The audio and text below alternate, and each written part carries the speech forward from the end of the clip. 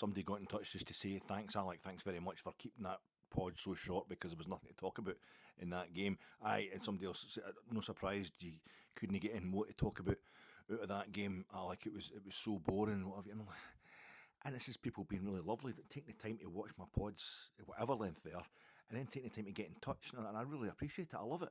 But a part of me was thinking, I was too short.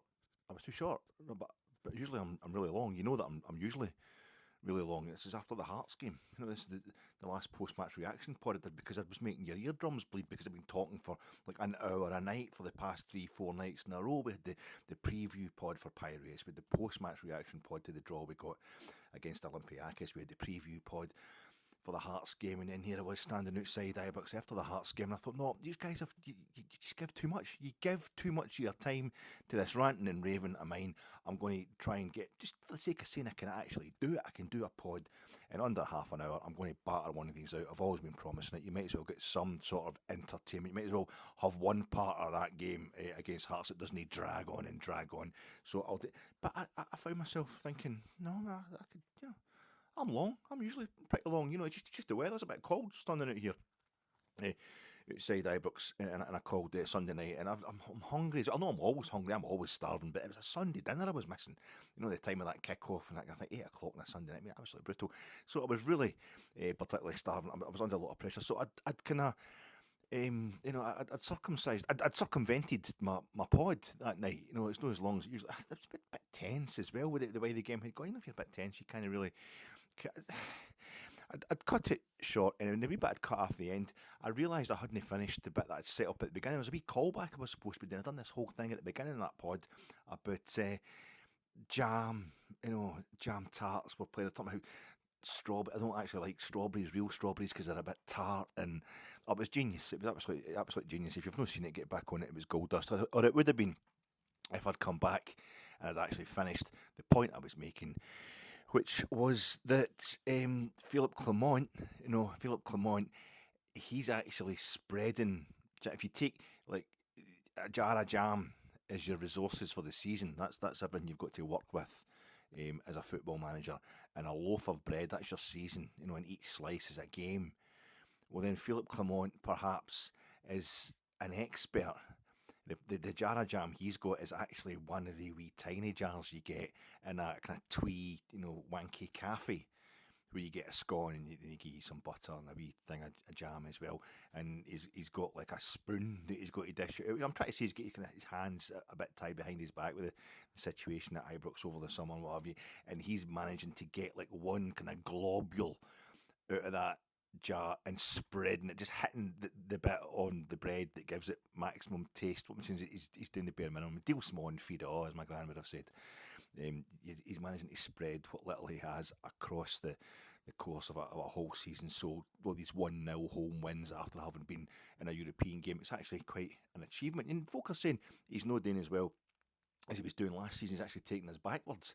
Well, you think that just a year before, just over a year before, we had beaten Hearts by a single goal at Ibrox on a Sunday night after we'd been away to Sparta Prague. We were away to Sparta Prague in the Europa League group stages, as they were then. Really tough opponent, really tough venue, and we battered out a really hard-fought, draining draw we got in Prague against them last season. Fantastic result. I think it was only his second game in charge.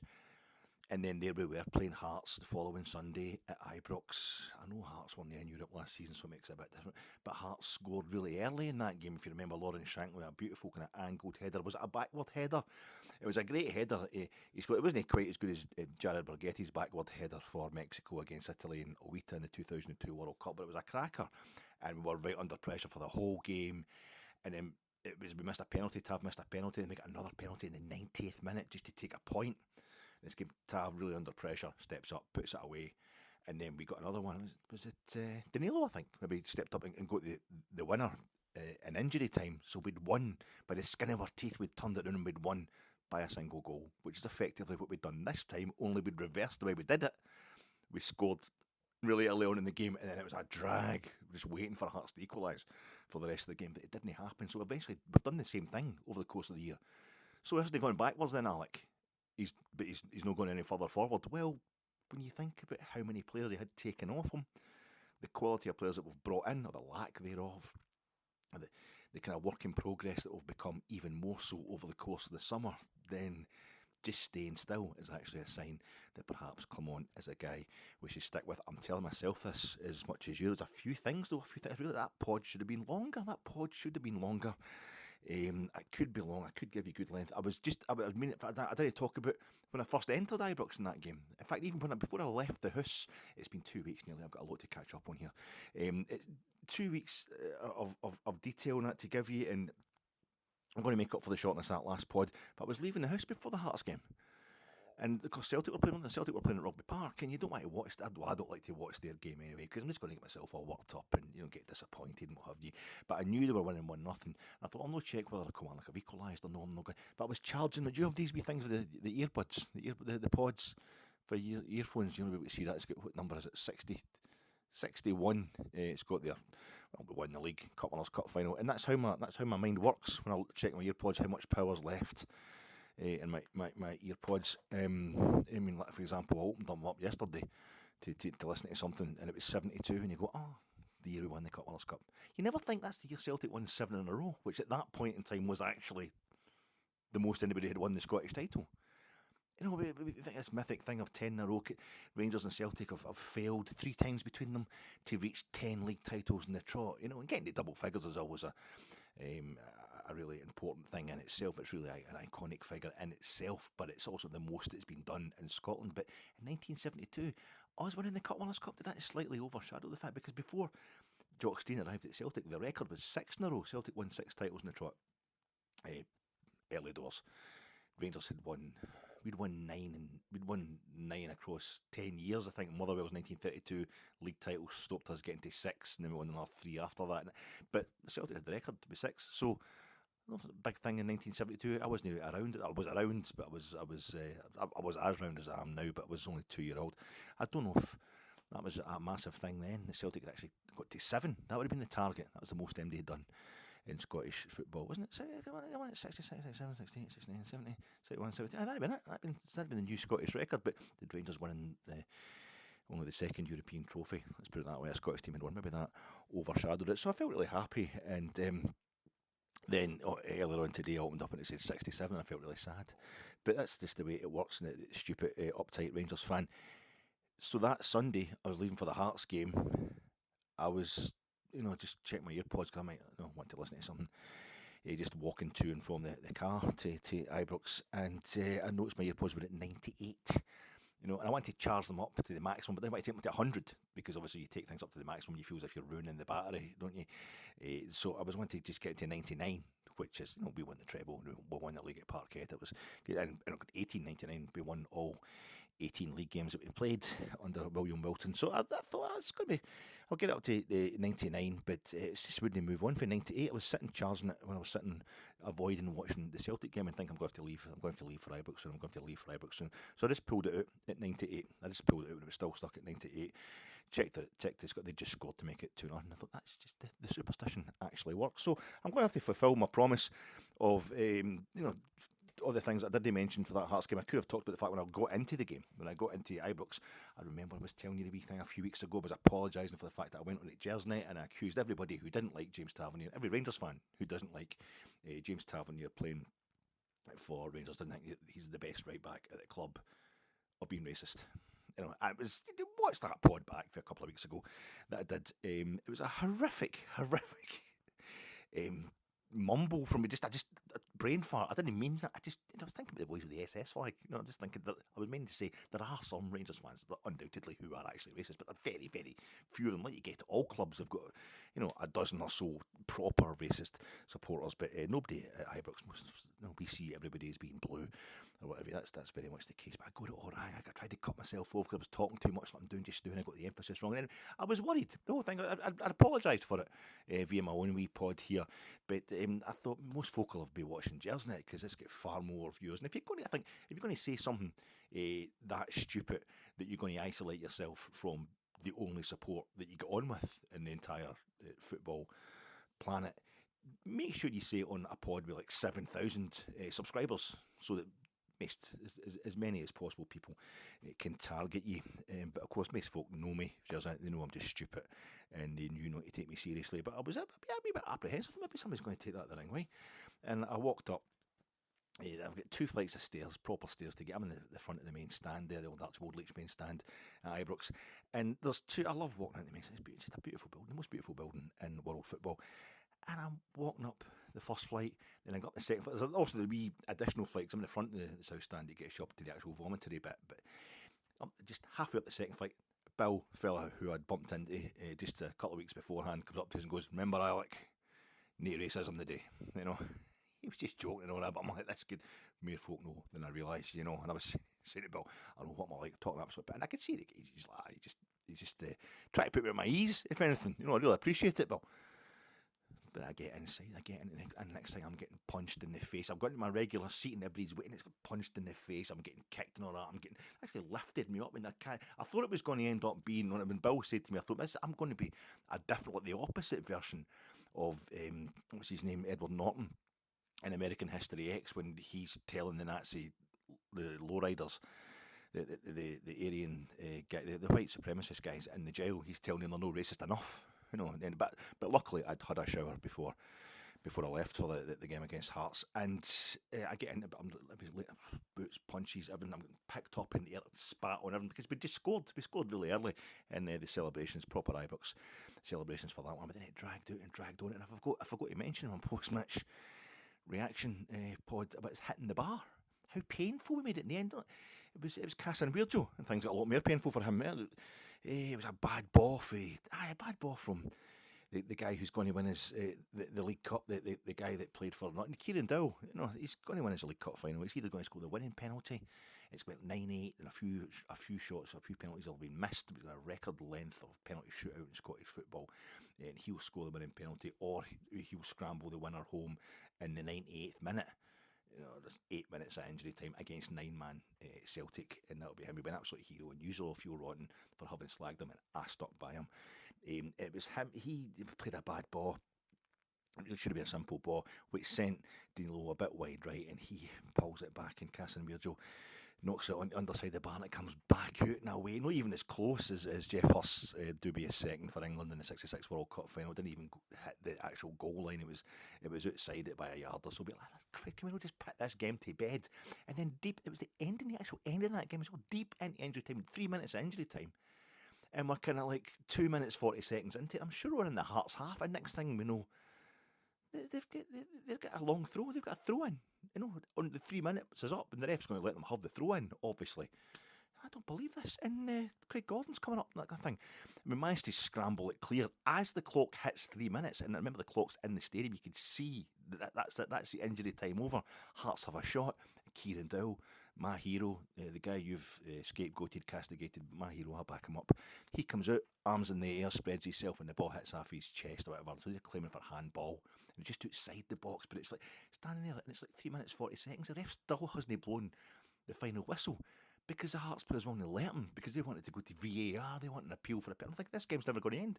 We're never going to get out of here. Where they go? But the referee plays whistle, and the Hearts players blew a gasket, and managed to get out there. Was that everything? I think that's everything. I'm going to give you good.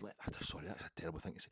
I'm going to make up for the rather short podcast. I'd given you it'd been like 3 hours of podding that week, and I thought I'd give you a short podcast to give your ears a break. And now I just feel inadequate. You know, I feel as if I can come up short. So I'll try and make it up to you here, because it's been a long 12 days. What did you get up to in the international break? How you doing, folks? This is your Fatec. It's the club. We're back to another club break in between the excitement of international football. We just home win against Croatia, away win Poland against Poland, winning in Warsaw, Scotland, dragging out, extending their Group A Europa Nations, FIFA League thing to as far as they possibly can, and yet we've got to stop. You just get into the rhythm and you got to stop to get back to this boring club football where Rangers just grind out results, and that's that kind of thing. Preview pod coming to you in association with Jersnet. It's Rob and Stuart Weir. Jersnet was on 9 o'clock tonight. Before I've managed my wee pod here.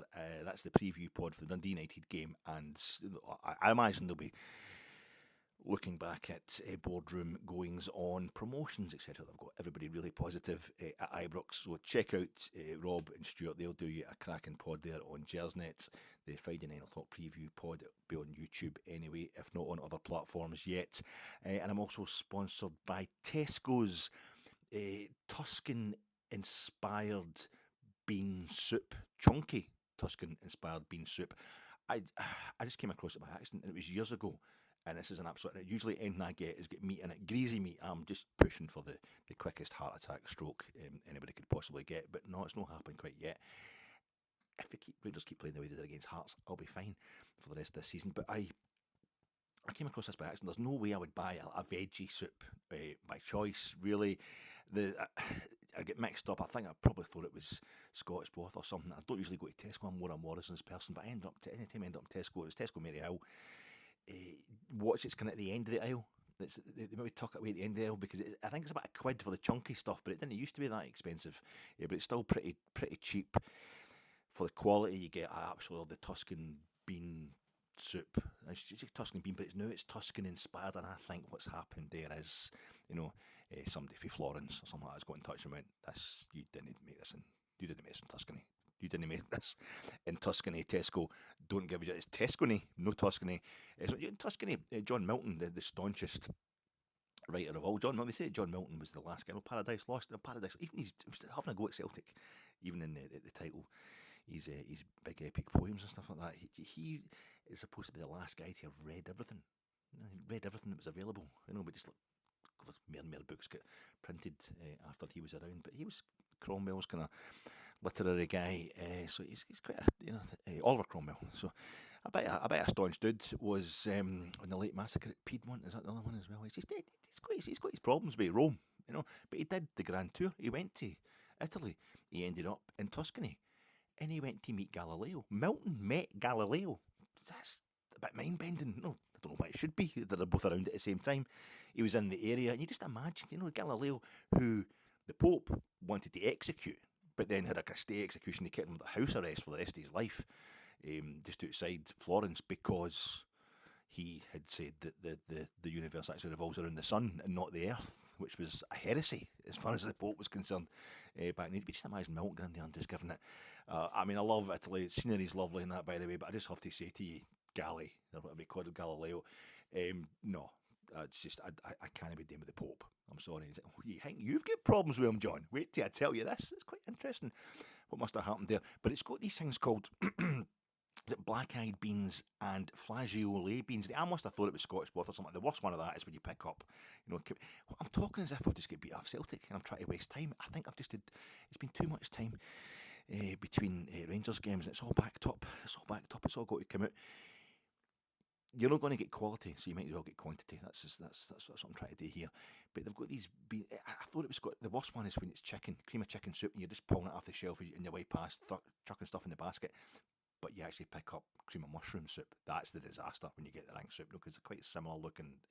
As you go past the tins, bit just like grey looking creamy stuff. And you get home and it's like, tuck into that cream of chicken soup. Oh, God, it's mushroom. Jesus Christ. But this must have been an accident. I didn't pick this up. It was years ago. I did it. Tesco Tuscan bean soup. And I thought, well, I'm going to have it anyway. Absolutely magic. It's phenomenal. And I was looking at the tin the other day and I was noticing that it was now inspired by Tuscany. There's no actually, they've been dug up. Legally copyright stuff. It's flageolet beans. Flageolet beans. And I thought flageolet was like a fancy flute. No, they're not about James Galway. He don't play the flag. No, that's a flageolet is made like a recorder. It's a long kind of wooden thing. I maybe think of the old Irish flute, the original old Irish kind of flute, which is a wooden thing. What's that you're playing there, John? Is that you on the flute there, John? Actually, I've been to the Conservatoire, Paris, and what have you. This, I'm professionally, classically trained. This is actually a flageolet. All right, what do you know about that? I don't really know much about flageolet. I just know it's old and it is beautiful. Yourself, James, at the girl. Actually, pretty much up for a United Ireland. James Galway. He said he doesn't consider himself British. He considers himself Irish. So he took the knighthood and took the OBEs and that. But he can fair play a tune. So that's my name's Alec Anderson. Never been closer and try to understand that certain feeling carved by another's hand. Oh no, but it's too late to hesitate. We can't keep on living like this. Da, da, da. And I was trying to work out, am I bored by the way Rangers are playing, or am I just bored because Rangers aren't playing? Pretty quickly into the international break. I've had 12 days since I spoke to you, really, and I'm going to now go through everything that I did and what I thought about everything I did in each of those 12 days in a lot of detail and very slowly. So enjoy. I think the first one, I'll tell you, was it the Monday, the Tuesday? I can't remember.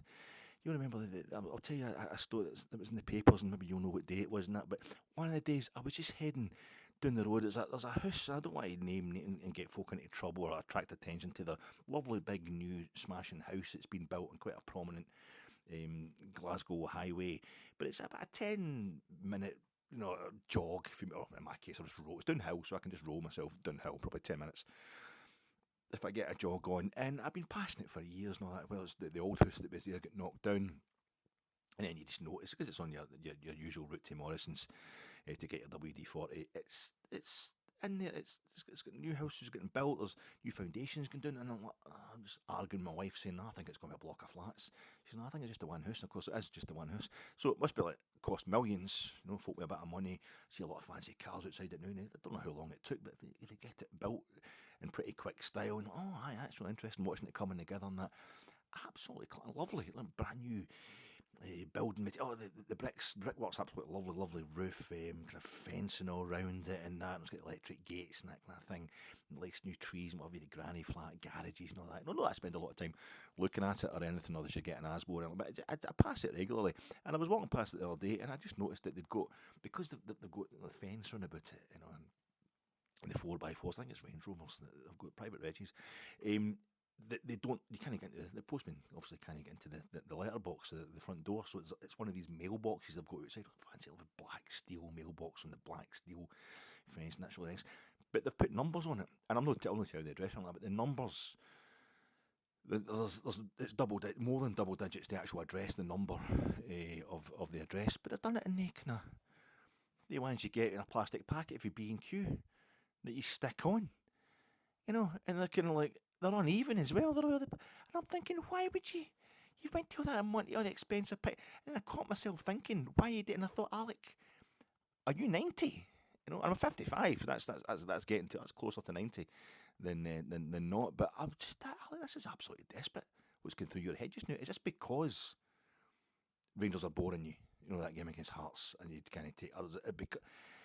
And I'm walking along. I continue. I was like, get yourself into Morrison's and stop thinking this nonsense. And I'm walking along past Bingham's Pond, and there's a digger, a digger like a tractor with a big scooper thing in the end. I'm not very technical when it comes to these things, but it's parked on the road. It's obviously the council or something like that, and it's got cones round it. The cones, and that's the dual carriageway. It was the eastbound dual carriageway in Great Western Road, just past, just as you come up to Annie's. If you're going the other way, you're going towards Annie's Land Cross, and I thought that's going to cause havoc. I mean, that's going to be backed up. Once it gets to Russia, that's going to be back. And I thought, Alec, why are you thinking this stuff? Why are you thinking such boring old man garbage? Again, just 2 minutes for the house with the thing and the numbers on the mailbox. And I had to get yourself into Morrison's and get the WD-40. Just try and think exciting thoughts and all that. And I got myself round to Morrison's, and it's like we're trading in the motor last Saturday. Get a new car and that, so you got to, and then the motor we had, the only problem was that there was a few problems with it, but the main thing was the boot was sticking. So we just needed to loosen up the actual kind of mechanism. But that's what I'm talking about. It's the boring stuff, and it was £8, I think, WD-40 originally, but it's down to £25, and it did loosen up. And I just sprayed it up and I opened it in the locking device. I went in for the inside the motor. This is the stuff that I was thinking about.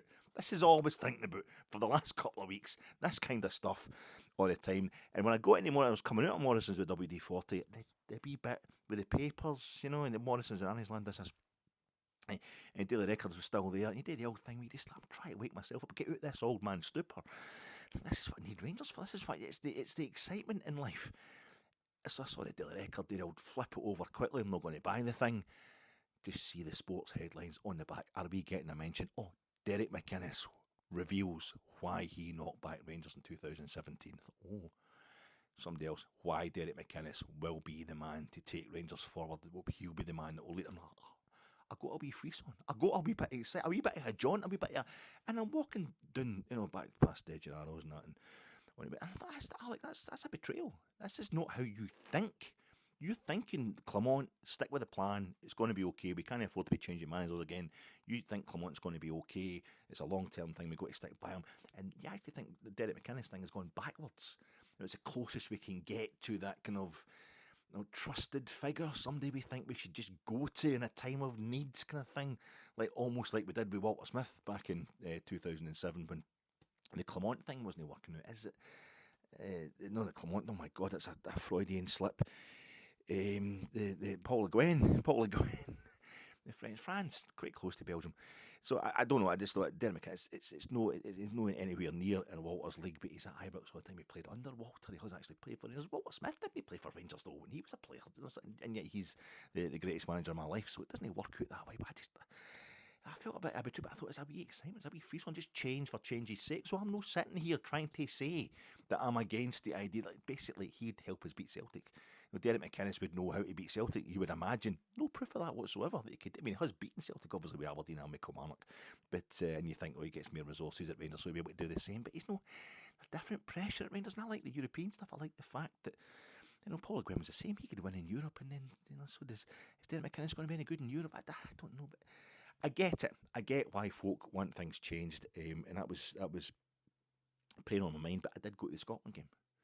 I did go to Scotland against Croatia. I know a lot of you have got problems with the Scotland national team, supporting the Scotland national team and that, and I've done it. If you really are desperate, as I've said before, on my homepage on YouTube here, on this wee page of mine, Fat Egg 1999, just go down until you see a thumbnail that is a picture of the John Gregg testimonial programme.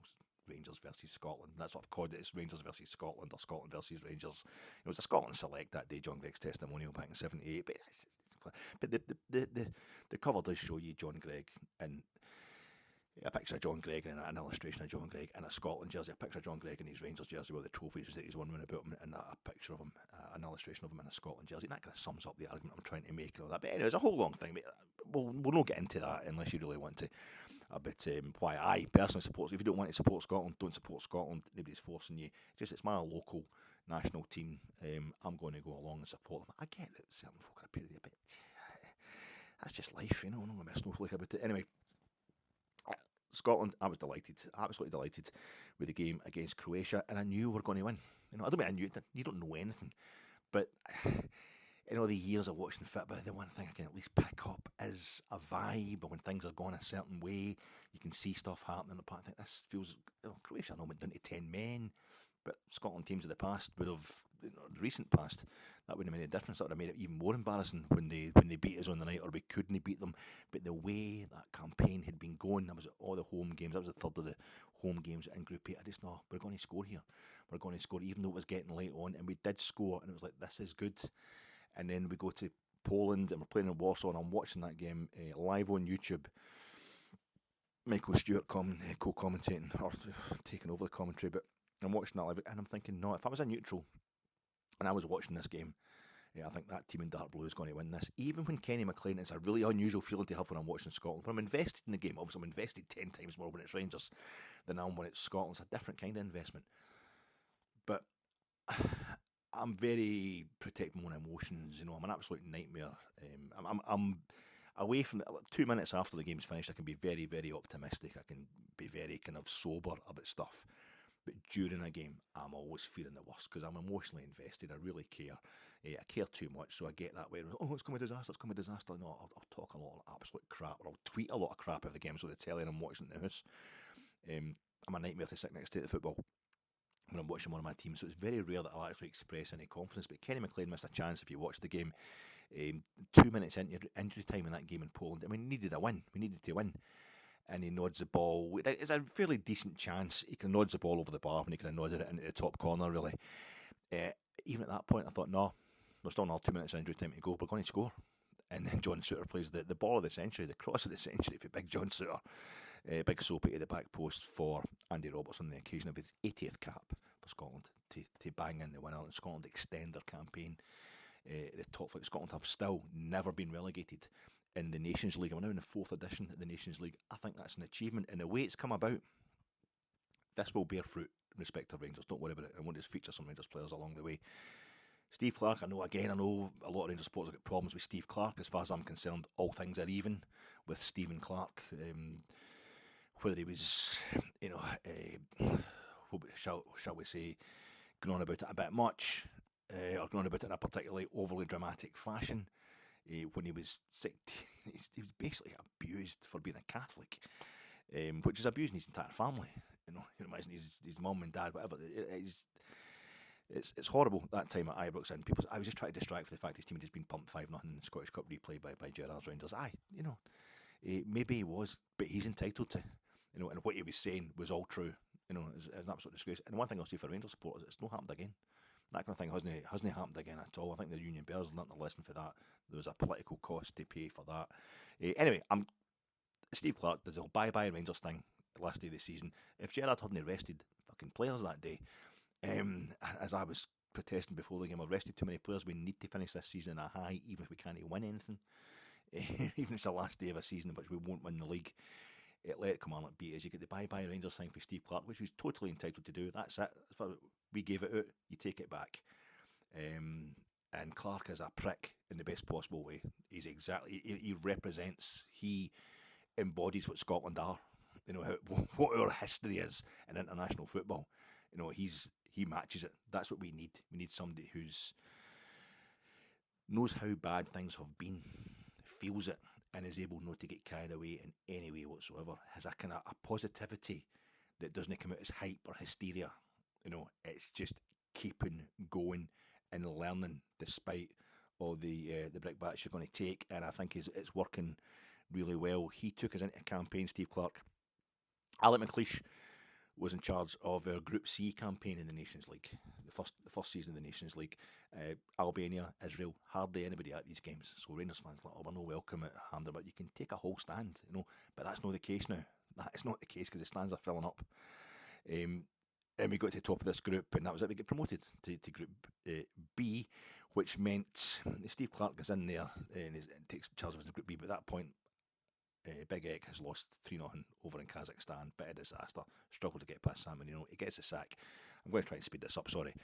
Steve Clarke comes in and beats Cyprus, with a kind of late goal in his first game in charge. I was at the game. And that same already seriously wounded European Championship qualifying campaign. And then so he's got a win in his first game in charge, kind of by the skin of his teeth, but that's fine. But then it's, we get pumped by Belgium home and away. They beat us by 3 in Brussels and 4 at Hampden. Russia beat us by 4 in Moscow and they beat us 2-1 at Hampden. It was bad. We were looking really bad, and it was like, is this guy making any difference? How much difference can he make? Things were really bad. And then we just get into this during the COVID lockdowns of stadiums as well as everything else. We crawl through Group B. Well, we don't crawl through. We beat the Czech Republic and Slovakia at Hampden in front of nobody. We beat the Czech Republic in Prague as well. No, it wasn't Prague. We played them somewhere else. Anyway, we beat the Czechs home and away. We beat Slovakia at Hampden. We draw with Israel at Hampden, but we lose away to Israel and Slovakia. But we've stabilised. We finished second in Group B. We've not been relegated and all like that. And that draw with Israel, we play Israel again because of the playoff to get into the Euros, that secured by Alec McLeish winning his Nations League group, and we get past them on penalties at Hampden. We go to Serbia again, lockdown, nobody in the stadium. We beat them in Belgrade on penalties, and Scotland are in the European Championship finals. There's half of Europe gets into the Euros. It's an embarrassment not to get there, but we weren't in the previous one. And it's the first tournament we've been to since 1998. It's getting because it gets delayed by a year because of COVID. It's 23 years since Scotland have been in any finals. We're there. Let's not get too fussy about how we've got there. And 2 of the games are at Hampden, the way those Euros worked out. We get embarrassed. Czechs are scoring for the halfway line against us.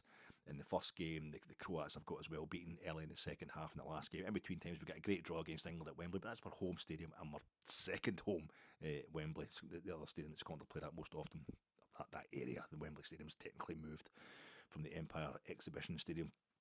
But we basically, it's a bit of an awful group, an awful appearance back at our first finals.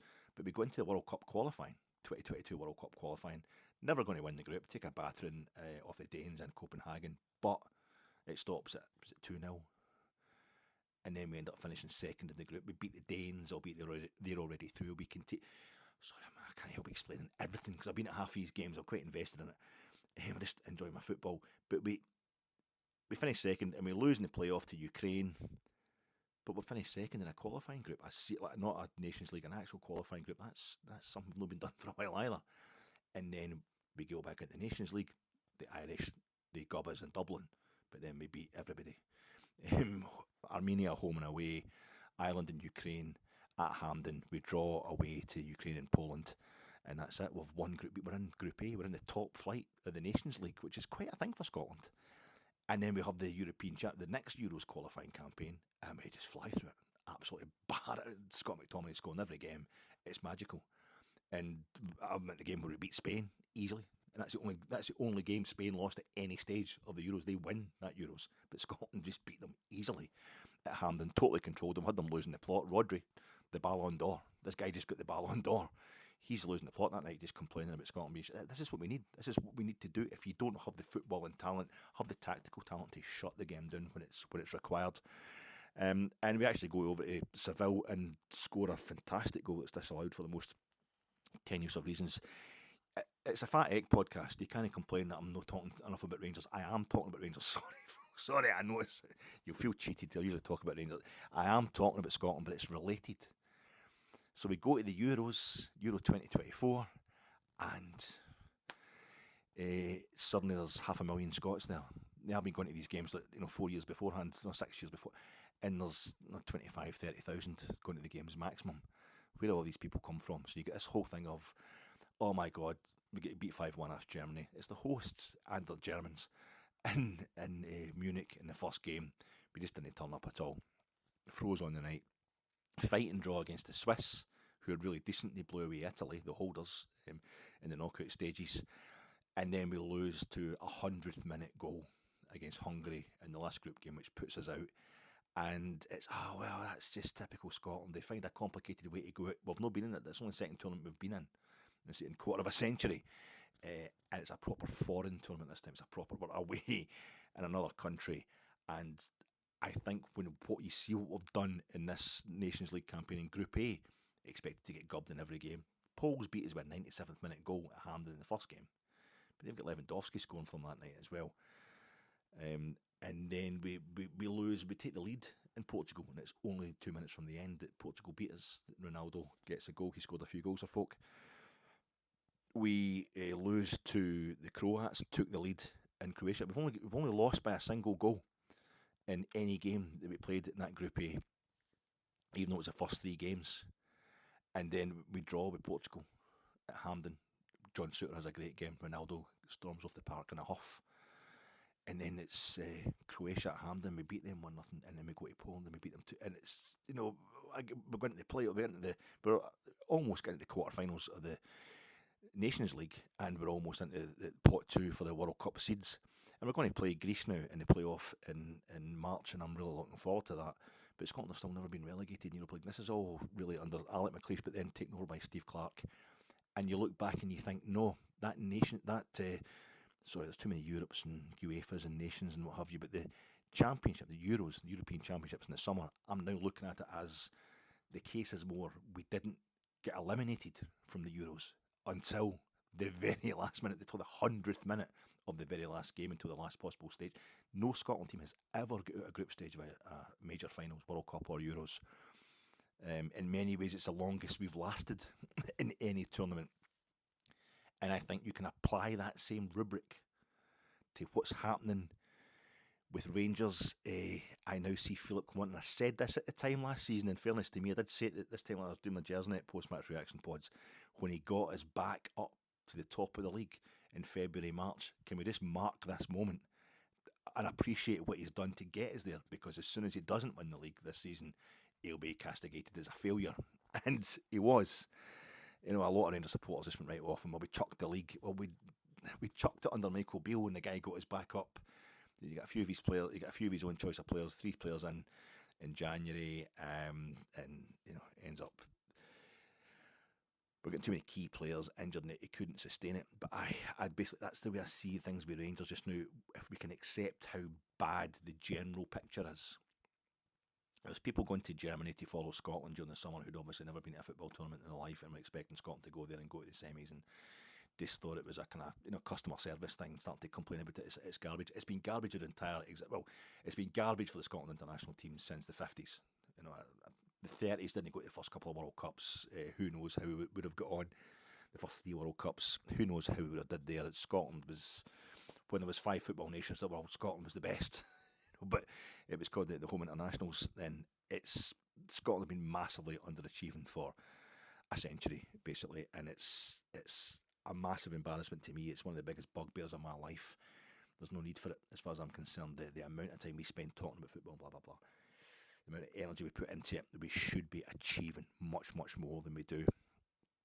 But you can't put that on the group of players here who, a lot of them weren't born the last time Scotland had qualified for a major finals. So they're doing fantastically. And you've got to see the way they're fighting, clawing their way through the negativity. And it's the same way Rangers coming back from 2012. It's waves. It's coming and going in waves. I'm saying this because there's a lot of doubt about Clement after the way we struggled past Hearts in that game. And I'm not, as I say, I'm trying to point out the fact that I'm not immune to the kind of frustrations of how that game went, but I'm also not in any way immune to the fact that he's fantastic in Europe, especially away from home, particularly away from home. It's the record we're on just now, the away. He's not lost an away game, and he's not had an easy opponent away from home either. It's phenomenal what he's done away. It's an amazing record he's got in this short time. Is it 6 away games? He hasn't lost a single one of them. And it's all heavy duty opponents, and that's something that's a bit of a privilege to watch as a Rangers fan. I've not seen that a lot of times. I'm trying to think back to the last time we went 6 games unbeaten away from home in Europe. I need to actually look that up. I don't know if it's happened before, but it's a fantastic run that he's on, and I think that gets written off. And when he has a team that's been rebuilt through the summer, and rebuilt down the way, deliberately downsized. The club is downsized. The squad, we had John Bennett speaking in July of this year, ostensibly about the Copeland Road, the delays to the work in the Copeland Road stand, but he's telling us the pre-player trading model, finances or whatever like that were shedding money just didn't need to be shed. That had to be sorted out before. And he was talking about the fabled, mythical player trading model. He's basically saying it's not working. It's not working. We've got to find a way to basically cut our cloth until somebody comes in with money to throw at us. We're going to have to find ways to cut our cloth accordingly. And I just think it's been pretty much pointed out to us that this is not going. I wasn't expecting us to be winning trophies and doing anything dazzling this season at all. The Aberdeen thing, being wildly beyond their own expectations just now. That's messed things up. That's make it look a lot worse. People are talking the theory. It's unacceptable for Rangers to finish third. It's unacceptable. Well, you've got to look at the circumstances of how that happened. It could be unacceptable for Celtic to lose the league to Aberdeen. You never know. If they don't stop, this could happen. It's just a kind of freak show in a good way for Aberdeen and a terrible way for us, what's happening at Pittodrie just now. I don't know if it's sustainable. We'll find out. Hopefully we test that seriously as the season goes on. But I feel as if Clement's getting too much in the net. I feel as if people are talking about in the abstract, Rangers shouldn't be finishing third just now, but the reality is it can happen for a kind of good reason. If Aberdeen just keep excelling, being wildly overachieving, then there's not a lot you can do about it, except get them pumped hopefully when they come to Ibrox. But I think we need to kind of slow down a bit. And some of the reaction to the Nils Koppen thing, I think Nils Koppen being promoted from director of recruitment to director of everything to technical director this week has justifiably raised a few hackles, a few people really upset about it. I mean, just Rangers supporters in general. But some of the criticisms, why didn't it happen earlier? People say, why didn't it happen earlier? When if he's been in there since January, he's been doing such a good job. Why we need to get directors sorted out? We need to get folk appointed to these positions. Why didn't it happen? Why is it taking till now? And other people saying, why has it happened this early? We don't have a CEO yet. We don't have a chairman. Wait till then before you start making these appointments. Surely that should be. I think it's a statement like Philip Clement having his contract extended during the summer. It's a statement of where we are. It's a statement of how things are being done since James Bisgrove left, probably. And since John Bennett got completely tied up by the delays to the materials arriving to finish off the work at the Copeland Road stand, work that needed done.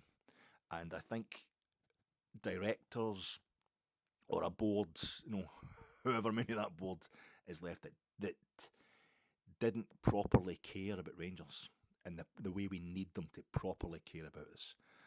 To something maybe slow us down and tell us, no, we can't go back. They would have been out there buying, the Cowboys would have been out there buying a couple of big name players, or making a couple of big splashy signings, and not looking after the wheelchair supporters. Because although it was a harrowing speech by that fella a couple of years ago at the AGM, talking about the boy that he took to the games in the wheelchair, and I hadn't even thought about it. And I've really thought about anything else since I heard that speech that day. Utterly shamed me, and it should have shamed Rangers. And to see he's actually coming through on that and getting them basically a stand rebuild, I'm proud of that. I'm really proud of it. And John Bennett owned up to it, and he come forward and said it will be the end of September. We're trying, at best, all caveats. He was talking about caveats. It's going to be end of September. So I'm coming on here and I'm saying that, to me, that means it's going to be December at best before we're in there. End of September. That's what the Hibs game. We're playing Hibs on the 29th. He got us in for Dundee on the 21st, the week before, in the League Cup. So you get it wrong first time, do it right the second time. That's what he did, and I feel as if it was well worth it. I know a board, just because you care for Rangers doesn't mean you're competent at doing the job. There's few people care more for Rangers than I do, but I will not be setting out the tactics. At 5-3 the morning, you need people who are good at their job as well. But I think we've got good businessmen in there. The ones that are left, and they definitely get Rangers' best interest there, and that includes saying if the money's not there, we're not going to spend it. And I think that's how I've been looking at this season. So we're trying to set something up that compensates for that gets us to the point where we can win leagues, and lots of leagues and cups, and perform in Europe. And to do it on the cheap, you've got to get people. I think it looks like what has happened. Philip Clement again in his pre-match presser today talking about the vacuum. It was John Bennett saying that in July in a 20-odd minute video to Rangers TV that nature abhors a vacuum, and he was talking about the fact there was nothing happening with the Copeland Road stand. And Philip Clement today was talking about there's been a bit of a vacuum in the boardroom, a lack of people there. John Bennett, and this is the synergy that we're talking about now, not between fans but between directors. Even when there's failure, even when there's mishaps, when the chairman's getting so ill that he can't carry on, he has to step away. But he's saying that thing in July, John Bennett. Philip Clement himself had said there was more to be done at Rangers. The rebuild is a lot better, a lot bigger than he first realised when he came in October. Philip Clement has turned round and said, I was given assurances in October, basically, that I was told that the job was going to be in October, and it turns out it's a lot different for that. He's had a few, it's really subtle, but just necessary goes at the club, not so much to have a go at the directors, but to just put his position out there to protect himself with the fans. He's got a year's contract extension. John Bennett was saying, Philip Clement is committed. He's committed, and I think Clement is committed today. He's saying, I'm not going to the Belgium job. No, I'm not taking it. Do you not know? I've said this to you before. He's saying to, I think it was Rahman that was asking the question, Big Rahman, you've been in these press conferences before. And the Lech job, I get asked about that. It's not happening. I'm committed to Rangers. And I'll not talk about rumours about players. I'm not going to talk about rumours about management. And maybe it is. Maybe just put a really crafty front on it, or a very convincing front. Maybe I'm just seeing what I want to see, hear what I want to hear. But I don't feel I'm being gaslit. I feel I'm seeing a manager who is committed to Rangers. I think Philip Clement has discovered the secret that the whole of Europe discovered in our run to Seville in 2022, the post-Christmas part of that run to Seville. And I think part of it was the back cam that TNT or BT Sports, whatever they were then, had on the underside of the club deck roof. I think that was a big, massive part in it. But it's like everybody knew, Rangers, I've heard the Rangers, they're big, they don't go through some financial stuff, but I hate Celtic, that's a big derby in it, but what are they up to? Oh Christ, look at this. Look at what's going on. That's what their stadium's like. That sounds absolutely mental. They're pumping Dortmund. Look at the way they're celebrating. Look at how much their fans care. They look absolutely magic. That's a really interesting place. Václav Černý was talking about today in his press conference. He's the player that was put out to talk to the press about how he loves getting asked about Rangers when he's away on international duty. It was a good question. I can't remember who put it. It was a good question, and he lapped it up, Černý. I love it when I get asked about Rangers. I love telling them what it's actually all about.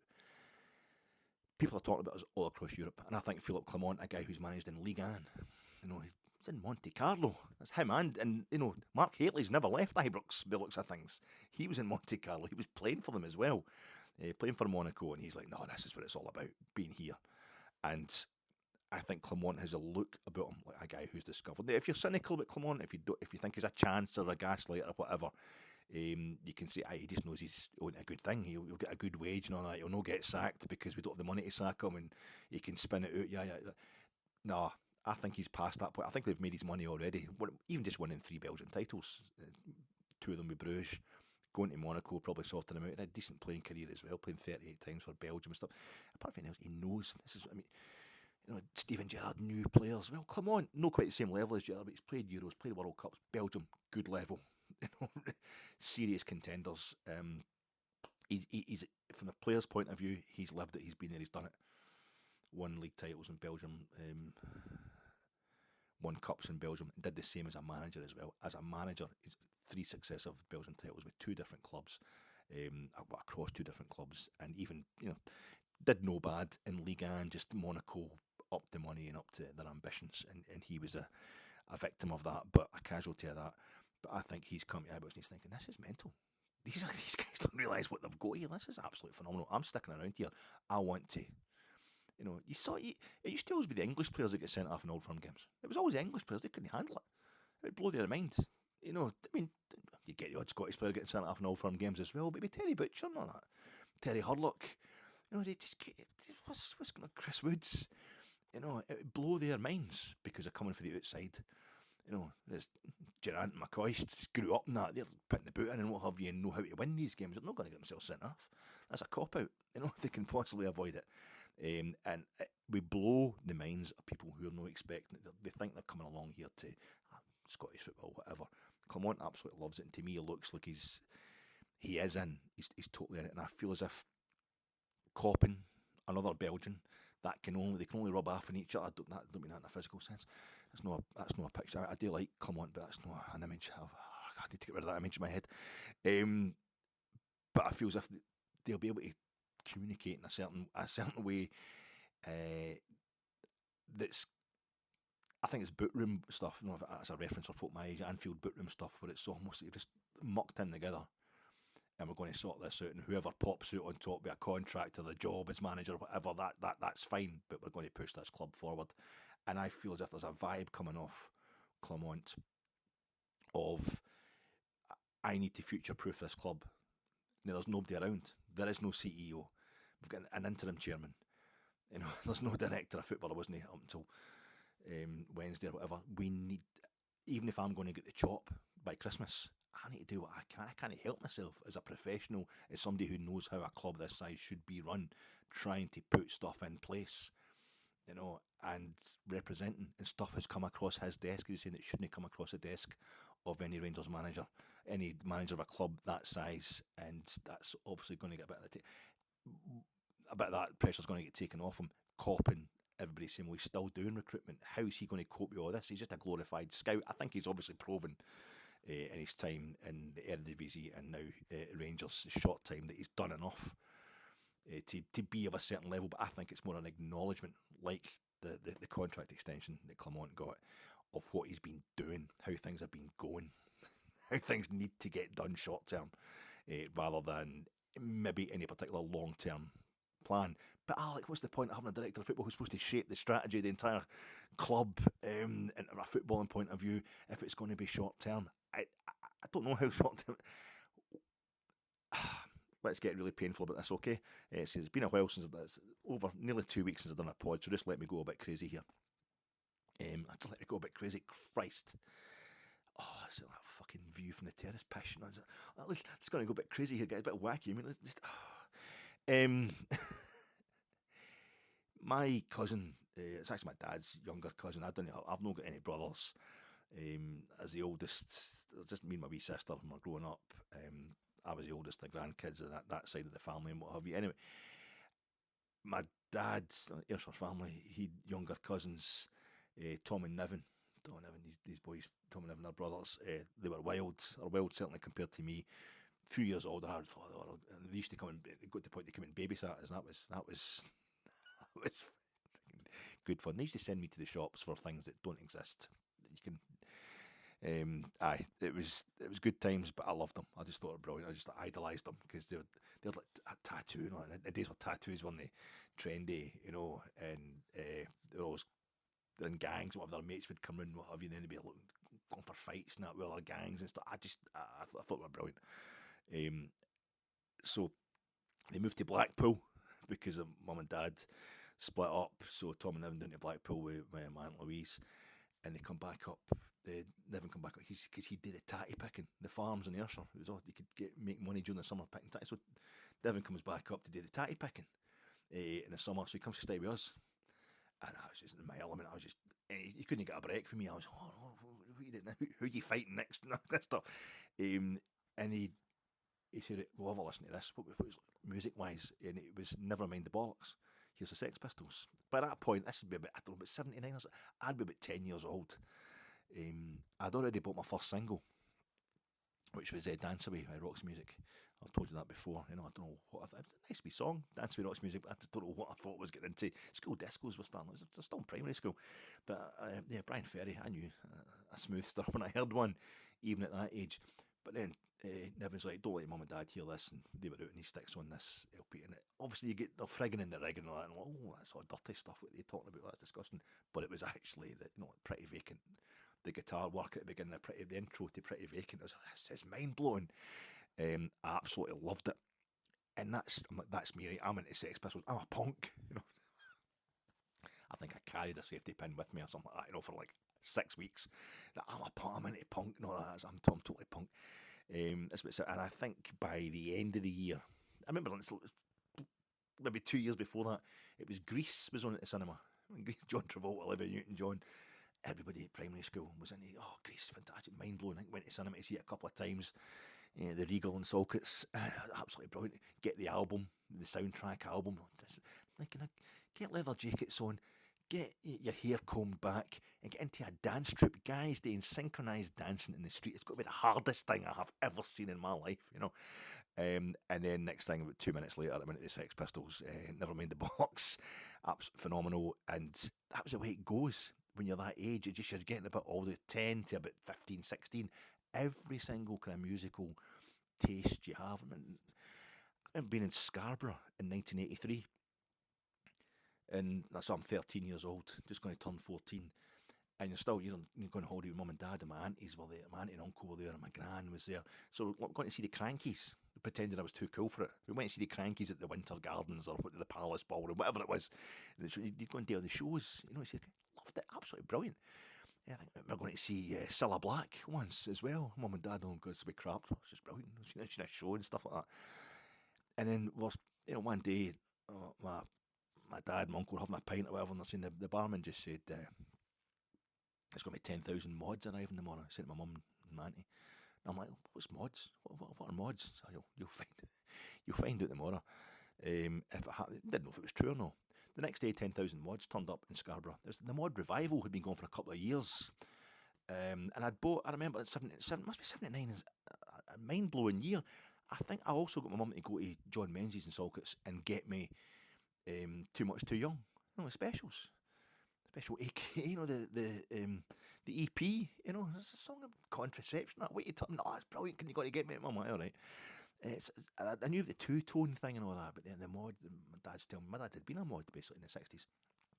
So these Lambrettas and Vespas and that, and the guys with the big, the green Parkers on and that, and they've all got the patches on them with they kind of target the Union Jacks and the two-tone stuff, the Jam and all that. And I'm just like, how did Funeral Pyre only get to number 4?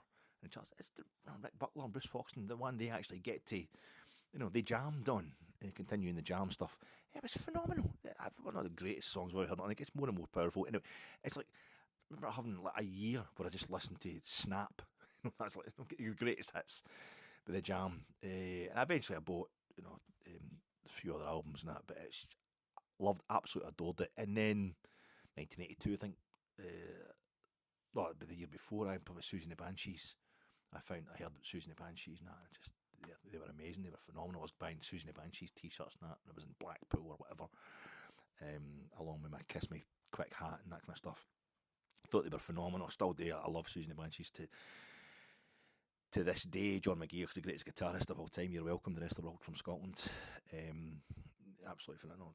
Magazine, Visage, John McGeoch. Just get Juju, get Susan album Juju. But I just thought Susan Banshees, but it's the mod revival. This is what I'm doing forever. I'm going to be a goth forever. No, I'm going to be a mod forever. And in 1983, later on 1983, I think it was into 84. I'm sitting watching the Tube one night. It was on Channel 4. I used to watch it religiously after school every Friday night, and then it was late night, and I was probably sitting up watching, hoping for a dirty film or something to come on Channel 4. But for some reason, I had the living room to myself, and it was this Irish band, and they were playing. And was it Red Rocks? This place in America, this kind of outdoor venue. And it was really poncy and really, pretentious. And this is the best music I've ever heard in my life, and I feel so emotional. This is phenomenal. I brought U2 to Ardrossan. It was me.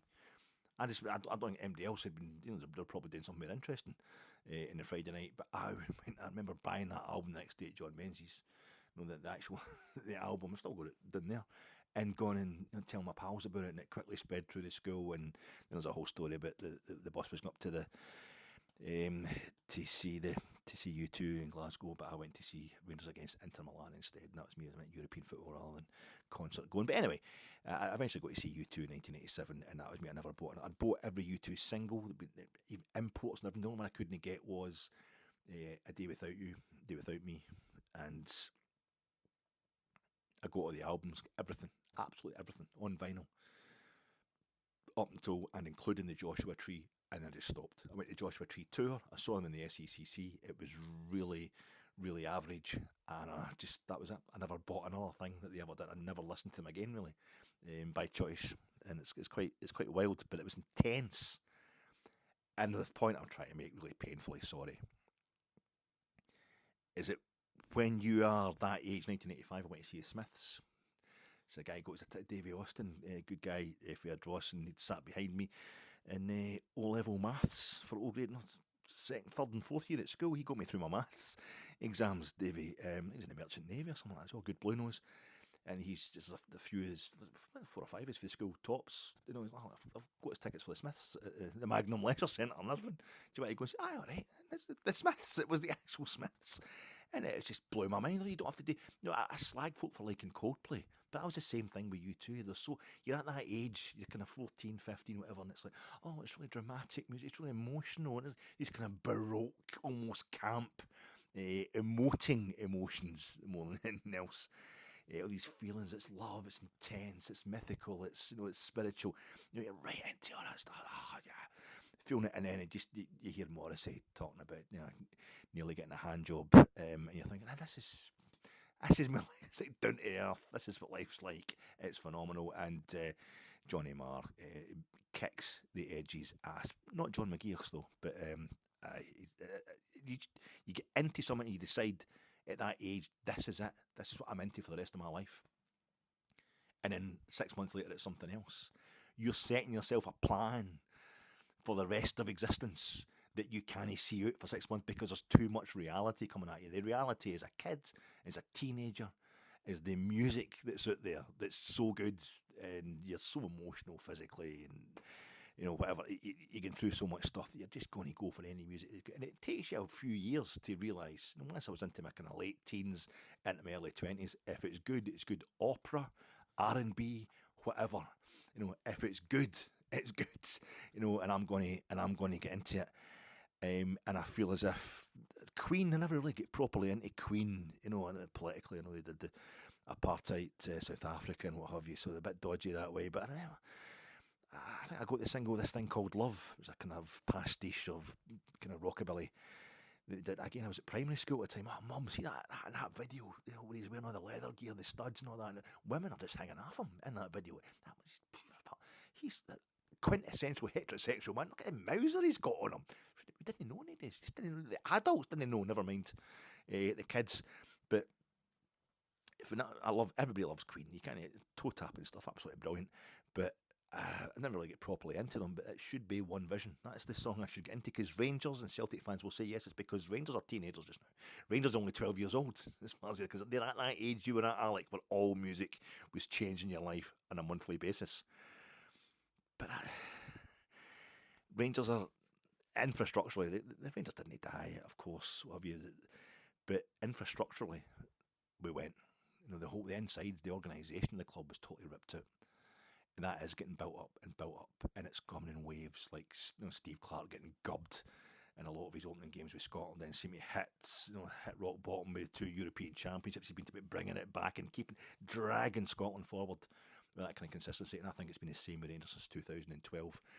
You get Mark Warburton coming in there. We changed things in the boardroom. Get rid of we start to get a more kind of pro Rangers type of cowboy coming into the boardroom and decent business. And then you get Mark Warburton comes in and he just takes up in fine style, but he's only got kind of 8-9 months, and then it goes off the boil at the end of his first season, and it pretty poor in his first season in the top flight, and then there's more boardroom stuff and what have you, and then we get Gerrard in eventually, and that takes 3 years, and that leads to a glorious league title win.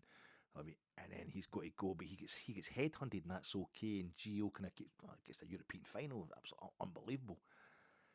But then it kind of arse falls out of it. The Michael Beale thing doesn't work, and I think we're back in maybe a third wave since 2012. These continual attempts to set up a structure that's going to guide us forever. We're going to get to a point eventually where we can be as happy listening to Madonna get into the groove as we are listening to Night Shift with Susan the Banshees. It's one. We're going to get to that point of maturity. It's just not quite right, and until we get to that point infrastructurally, you're going to get people like Philip Clement coming in, and I don't know how far to take this, how far he can take it, but I'll tell you. We've had managers throughout our history who have gone above and beyond, who've taken over the club temporarily or stepped in with the club. I mean, William Wilton, the first secretary manager, I think that was happening across football in those days, but he gets us moved from Canning Park to the first Ibrox. And then he moved, I'm assuming he's heavily involved in the move from the second Ibrox to the second Ibrox, just building the Ibrox, the first version of it that we had. And then he dies, and Bill Struth steps in, and basically becomes emperor of Ibrox. And he takes up, but he's not a director at that point in time. Bill Struth, he's basically just decides, I'm going to do this. I'll step in, I'll step up, until somebody stops me, and nobody stopped him. And it's just as well for us that nobody did. And he goes with the main stand, and he was getting £95,000 at our current main stand. Archibald Leach, when he builds the first version of the current Ibrox, the second Ibrox, it just got quite an ordinary main stand. It was only a 10-year lease, and William Milton dies, and Struth takes over, and Leach is away doing all sorts of work down south, and he builds the Trinity Road stand at Villa Park. It's kind of red brick. I think he shows this to Bill Struth and says, but no is fancy, bigger, more staunch, basically. No is kind of arty-farty, is the Trinity Road stand at Villa Park, and we get this, but it's basically the best structure in British football. But in 1902, a good almost 3 decades before the current main stand, the facade was built. That main stand was built. We have the first Ibrox disaster, the Scotland-England game played at Ibrox 1902, and 25 folk are killed. And so William Milton's going to get the club through that, and Leach, who had done the work for nothing, he thinks he's going to, never going to work again and what have you, because of that. But it proves it's not really his fault. But Rangers have to rebuild Ibrox basically for the next. We had to take down all the terrace, and it was 2/3 of the capacity went. To build it back up on it was earthwork. I think we're talking about that in the recent film, making a magazine film showing about the 125th anniversary of Ibrox on Sky Sports. So it's traumatic stuff, and as people have got to rise up to that. And William Milton did that, and then and Archibald Leach did it. Rangers supporter Archibald Leach, this famous builder of football stadiums, and then Bill Struth steps in. We're going to have this beautiful main stand that we've got. It's going to be the Welsh brick because he's a stonemason, Bill Struth, so he knows what it's all about. You get the Ibrox disaster, 1971, and Willie Waddle steps up famously. The board are just dithering, they don't know what to do, panicking, what have you. They just recede in the background, and Willie Waddle, who's Rangers through and through, who works under Bill Struth, who knows the Rangers way, he just comes to the fore and just takes a hod at it and says, right, we'll have to represent it as best we can, and we're going to be rebuilding Ibrox to make sure it's as safe as possible for all future generations. That's why I'm quite happy. I'm quite admire Rangers for pushing on through with the Clement Road stuff. Just get it done, because that was for wheelchair supporters. That's how we do things at Ibrox now, and we always should from now on. And I think that's good Rangers people we've got in there. And Ali McCoist, when we go through what we went through in 2012, Ali McCoist is getting slagged for getting £800,000 a year. He should be getting £8 million a year. Clearly not a football manager, Ali. Clearly not a manager, but he was a figurehead. He was like Willie Waddle was back in, the early 70s when he came back to the club. It was just somebody who knew what we're all about, who got it. Somebody we could go to when all these cowboys are going through. We're Boardroom just dragging us forward, of course. Nobody else was wanting to take us on at that point in time. But Ali is the person we trust. He's just Rangers at that point in time. There was nothing else there that's solid enough other than the stadium itself, and the kits to tell us that everything was okay, that everything was going to be. There was no through kind of way from what we had been to what we were to what we were going to be, and Ali represented that for a while, and then eventually, we got a stability to start. We'll bring in like Mark Warburton, blah blah blah, get us to a certain point, and I'm not going to put Philip Clement and those guys nowhere near their kind of stature or their commitment or their knowledge of Rangers. But I think he's gone above and beyond, to be honest. I think he's telling us he's taken on stuff he shouldn't have had to take on during the summer. But I think it's just, we're here, and I mean, as a Clement and Nils Koppen saying, we're here, we're at this club, it seems to be fun to bits in the boardroom and what have you, but somebody's got to keep it going, and they can't help doing it. And I think what's happened just now is a recognition of what they've been doing, rather than necessarily a blueprint of how we're going to go ahead in the distant future. Dundee United have won. Philip Clement started his football playing career at Beerschot, in Antwerp. I'm assuming I'm talking to a Benelux football expert on Sunday night, hopefully. So I'm going to double check. But I'm assuming now it's something that's bothered me. The big kind of, what school did you go to of Belgian football? Are you Flemish or are you a Walloon? Are you a Dutch speaker? Are you a French speaker? And just because Philippe Clement just sounds so French. But surprise, surprise, a country that's full of French speakers. Some of the people who speak Dutch, primarily. In fact, everybody will speak a bit of everything. But you might get the odd person who, is a Walloon but has a kind of Dutch sounding name and vice versa. So maybe it doesn't mean anything, but he always sounded like really kind of throaty, that kind of throaty Dutch way. So I assumed he was Flemish, quite literally. So, but I'm assuming Antwerp's a Flemish place. Beerschot, I'm assuming he's Flemish anyway. But Beerschot is where Beerschot is where there's a few takeovers. Now, Belgian football was mad with the takeovers and the mergers and what have you. But Beerschot is where Lawrence Shankland went for a season between Dundee United and coming back to Scottish football with Hearts. Philip Clement started at Beerschot. He ended his playing career at Beerschot, and they play at the Olympic Stadium in Antwerp. And it was nicknamed Het Kiel, is the nickname for it, but it's the Olympic Stadium because in 1920 the first Olympics after the First World War were held at Het Kiel, were held at the in Antwerp at the Olympic Stadium in Antwerp, and it's been completely remodeled since then, and completely remodeled in the 70s and that, but it's still the Olympic Stadium, same site where Beershot play just now. I think they're bottom. They're owned by Saudi Arabia, unfortunately, but they're bottom of the Belgian league just now, in the Belgian top flight.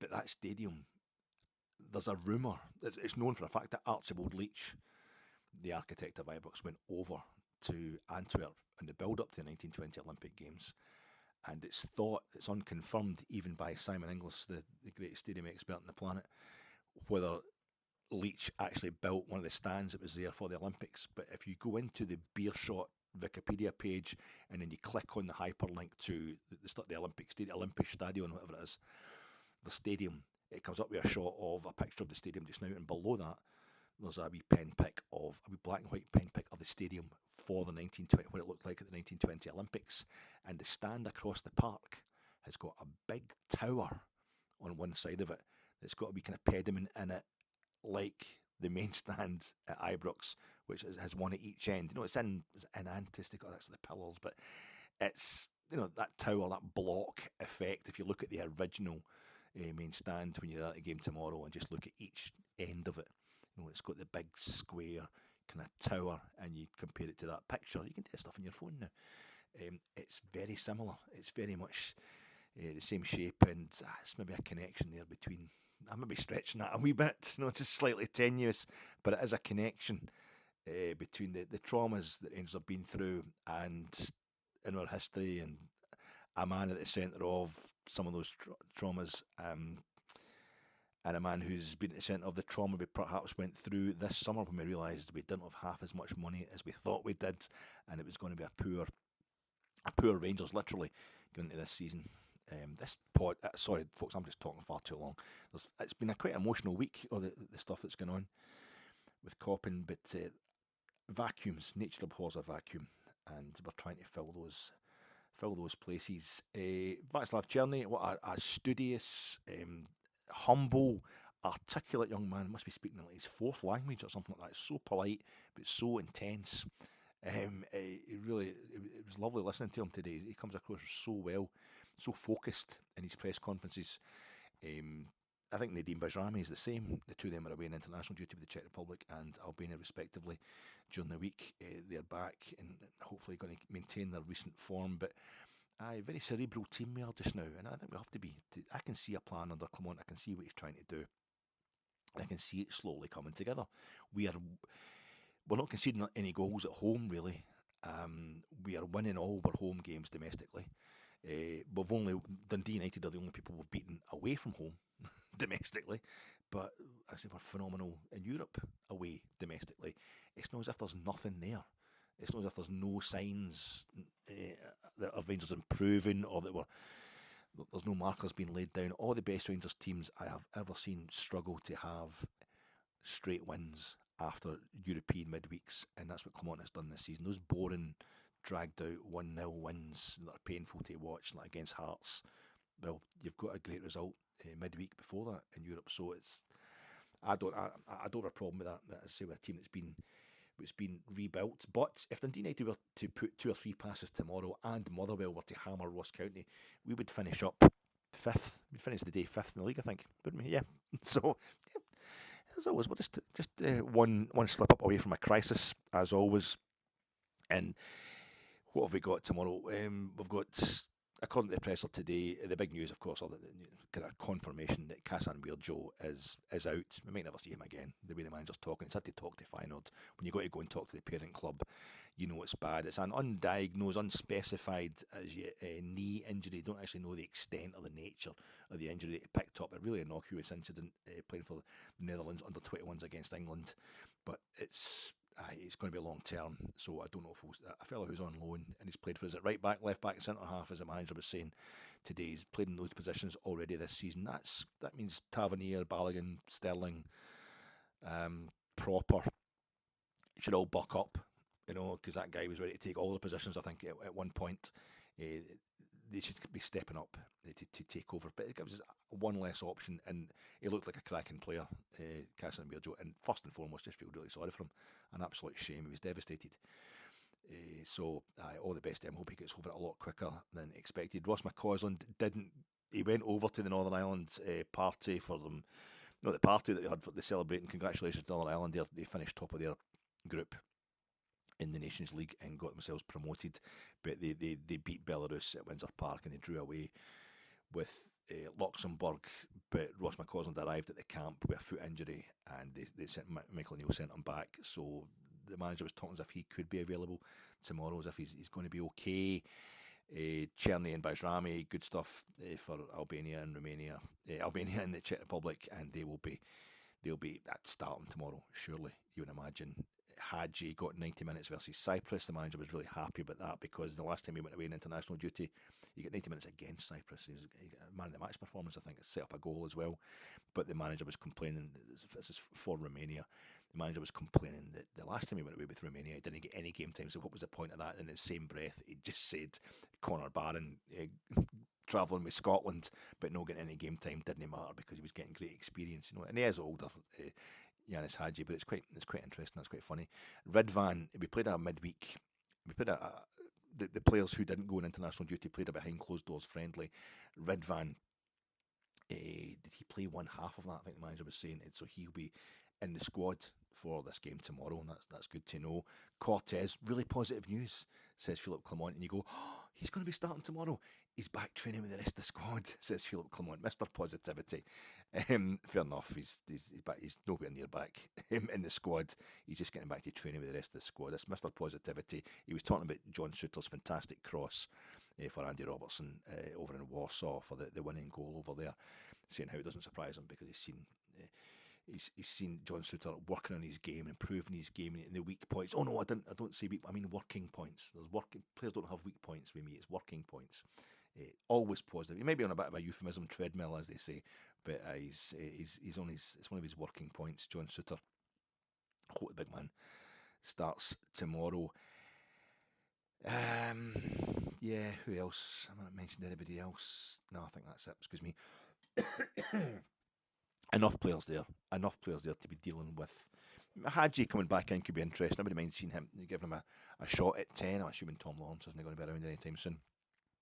I give him a shot at 10, perhaps, unless, I mean, maybe if Ridvan comes in, it lets Hefty the lefty push up to outside left, if you like, in that attacking three, and that would maybe free up Bajrami to go in there and have a wee go at 10 again. I don't know, but Dundee United, so they're only 3 points behind us. Jim Goodwin's already mouthing off at what he's going to do as usual. He does never learn his lesson. Remember that time he came with Aberdeen and went for it and we pumped them 4-1. But apparently we've won our last 5 league meetings with Dundee United, and we've won our last 9 home league meetings with them, going back to April 2011. I must have been at this game in April 2011, but they beat us 3-2. I don't remember a thing about it. They scored a winner late on, David Goodwillie. We'd been winning into the second half. Yelovich scored. We won the league that season, but it was tight. So that would be a devastating result, but I don't remember a thing about it. I do remember it's slightly disingenuous because I remember obviously they came to Ibrox, strictly speaking, is a neutral venue during the Commonwealth Games, and they beat us 3-1 in the Scottish Cup semi-final. That was a really strange day. Dundee United having half of our stadium, but it's strange days all round at Rangers just now, and I think we're just kind of mucking and mumbling our way through it, stumbling our way through it. But I see method in the madness, and what we need now is we're building towards this kind of climax where people think it's a spell now. There's no more international football until March. But I think people are looking no further forward than the League Cup final, which is the next time we get a midweek off is after the League Cup final, which is the game we most want to win and the game we'd most want to have a midweek before we'll get pesky old Spurs coming to Ibrox. It was a super glamour game in the Europa League on a Thursday, and then it's Celtic at Hampden in the League Cup final. And the Saturday in Clement he must get his first win over Celtic. If we get destroyed by Celtic, he's in trouble. But I don't see sacking the manager as being the solution just now. We've got Dundee United tomorrow, and then it's Nice. It's going to be nice. So wait, Nice, you'll hear that pun a lot on Thursday, and then we're St Johnstone 12 o'clock on the Sunday. Oh, the Europa League, there's no midweek European stuff. I thought, no, we've got Kilmarnock coming to Ibrox on the Wednesday night, away to Ross County, Dingwall on the Sunday, and the traumas of the last time we were there. And then you get Tottenham, and then you get Celtic, and then that's that. Is this man up to the job? I think he's already proven that he is. But certainly finishing that little spell, that little run, we'll compartmentalise it to then. This is what he's building up towards, but we can have no slip ups along the way. He's got to be winning everything league wise up until Spurs and Celtic double header, and I hope it starts tomorrow. I hope the game goes ahead. It's been beautiful all week. The sun has been splitting the trees. Uh, Freezing in the morning, freezing at night time, but my God, it's been lovely weather. And the minute Rangers come back to form, there's a storm. Stormbert Conterman, the storm that knocks the rain off the back of the Celtic rigging in the Celtic end at Hampden in League Cup finals. My God, folks, ready to go. That's 1 hour and 25 minutes of me rambling on. I will make sure tomorrow's post-match reaction pod is 20 minutes long. See if I can get it under 20 minutes, and then I can regret that next week. Thanks very much for your time and your patience, folks, and enjoy your Saturday.